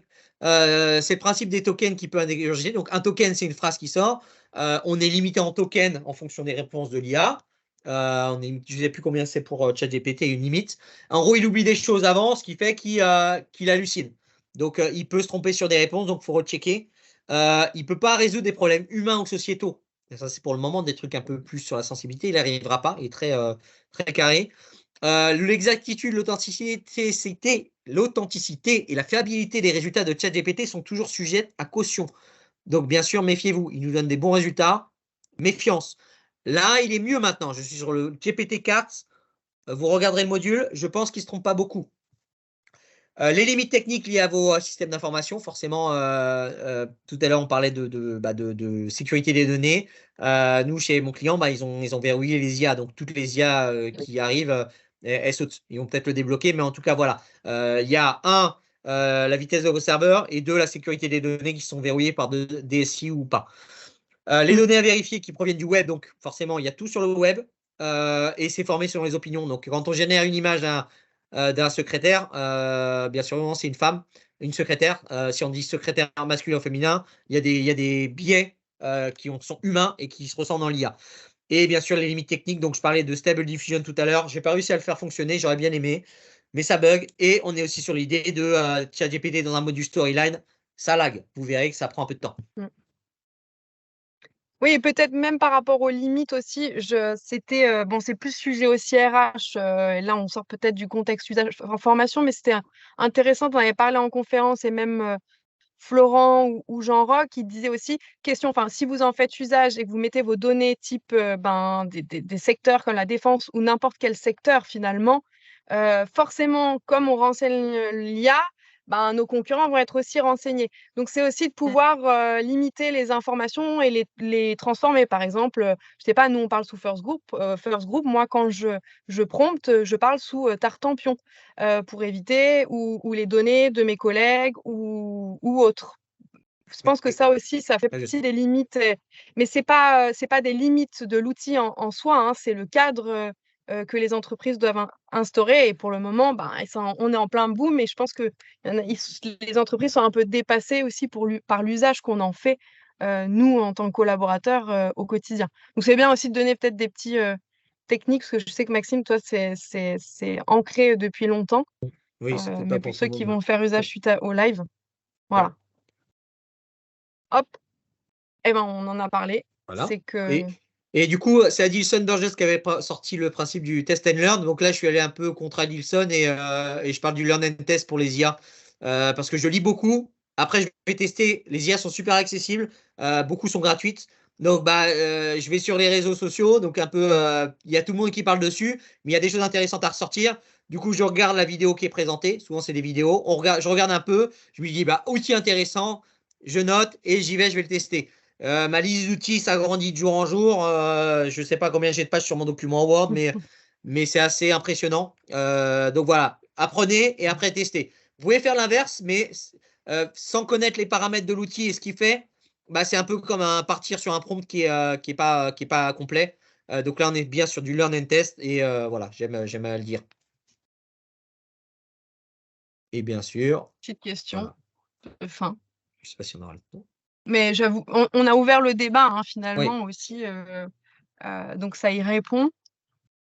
Si vous voulez intervenir ou si vous avez d'autres questions par rapport à ce live en question. Et sinon, je fais un aparté, on en a parlé, de pouvoir monter aussi en compétences. Donc, n'hésitez pas. Alors, bien évidemment, il y a des clubs, vous connaissez, puis peut-être que Lauriane, tu pourras peut-être en parler mieux que moi. On a initié différents formats, puisqu'on parlait de mise à jour, c'est nécessaire, ça évolue constamment. Donc, il y a un catalogue et des formations qui ont été dédiées au travers de l'IA, des dates à venir, bien évidemment, puisqu'on met en place aussi un format en particulier qui sont les clubs, qui sont à un temps donné sur le semestre. Donc, on reviendra vers vous. En tout cas, vous avez le lien qui peut vous ramener vers les différentes formations qui sont rattachées au métier learning, et notamment sur la partie IA où c'est Maxime, tu feras aussi, tu animeras ces différentes formations en question. Voilà. Oui, non, mais juste pour conclure, effectivement, on se positionne quand même sur des thématiques porteuses parce que nous, on fait partie de First Group, mais on est l'Institut des métiers du learning précisément. Donc, on n'accompagne que les équipes learning dans le développement de leurs compétences. Et au-delà de ce qu'on pouvait faire au quotidien, on a quand même décidé cette année, et je pense pour les années à venir, de créer une offre sur une thématique porteuse qui est l'intelligence artificielle. Donc, on a vraiment des formations en un travail sur mesure par bloc de compétences. Donc, on a à la fois de la sensibilisation, on a à la fois un bloc sur vraiment tout ce qui est conception pédagogique avec un focus vraiment sur le prompting. On a pareil pour toutes les équipes digitales et design pour qu'ils puissent vraiment s'approprier l'IA sur la génération d'images, de vidéos. Et on a aussi le bloc qui pour moi aussi est très important et qu'on oublie assez souvent, c'est pour les responsables formation et ingénieurs formation ou chefs de projet. Donc, ce n'est pas du design pédagogique, mais c'est toute la phase amont. Voilà, donc grâce à l'IA, grâce au prompting, on peut aussi avoir un cahier des charges, on peut aussi aller challenger un prestataire sur la façon dont il répond à mon cahier des charges. Donc, on a vraiment segmenté cette offre pour tous les profils des équipes learning. Voilà, que ce soit en formation ou via un club, mais le club, on en parlera plus tard, c'est se former autrement et c'est vraiment sous format inter-entreprise pour vraiment partager les bonnes pratiques et s'entraîner ensemble sur des cas concrets. Voilà. C'était le petit mot de la fin quand même, et c'est important. Parce qu'on ne vous laisse pas comme ça tout seul. Non, quand même. Face à tout ça, c'est quand même… Merci en tout cas à tous d'avoir suivi ce live. On a pris quand même du temps, mais ça valait le coup. Oui. Donc, on reste bien évidemment à votre disposition, Maxime. Je pense que ce fera une joie, comme vous pouvez voir. Maxime est très curieux aussi d'aller chercher de nouvelles IA, donc n'hésitez pas. Et puis surtout à parcourir. C'est vrai qu'on n'a pas eu le temps, hein, désolé, c'est vrai qu'on court un peu après le temps, mais voilà, prenez le temps d'aller voir le module qui a été fait, hein. Je sais que Maxime t'y a mis du cœur et aussi un peu et du temps. Donc voilà, c'est ouvert sur 24 heures et comme ça, vous pouvez voir la puissance aussi de l'IA et voir de ses limites, parfois. Voilà. Merci beaucoup. Merci. Merci à tous. Et bon appétit surtout. Et bon appétit. Oui, Bon appétit. Au revoir. au revoir. À Au revoir à bientôt. tous. Au revoir.